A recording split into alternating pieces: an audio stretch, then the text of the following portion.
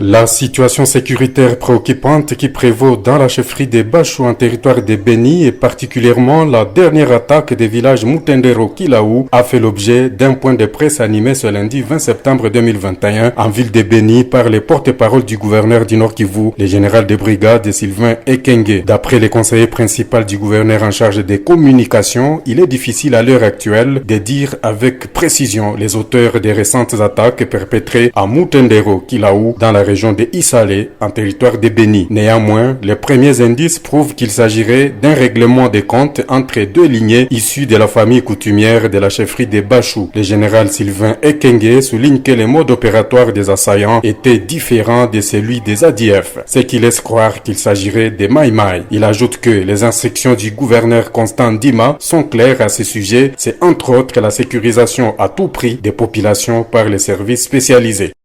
Son Excellence, Monsieur le gouverneur militaire de la province du Nord Kivu, a instruit le commandant du secteur opérationnel Sokola 1 Grand Nord pour que des dispositions suivantes soient de strictes applications.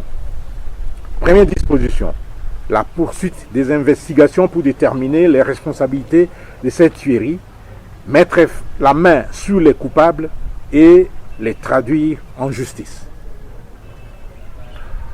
Deuxième disposition, procéder au redéploiement des FARDC dans le Bachou pour traquer les groupes armés et nettoyer les poches résiduaires des terroristes ADF-MTM chassés de Moualika jusque dans leur dernier retranchement.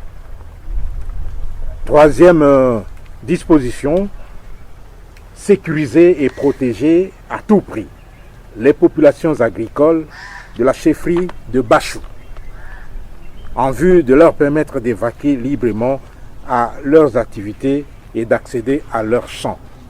Les porte-paroles du gouverneur militaire demandent aussi à toute la population de Béni de soutenir les forces de sécurité, à sensibiliser les forces négatives à quitter la brousse. Signalons que cette communication a été faite en présence des deux autres conseillers principaux du gouverneur du Nord Kivu, à savoir les généraux Yang Badani et Mayala Sylvain.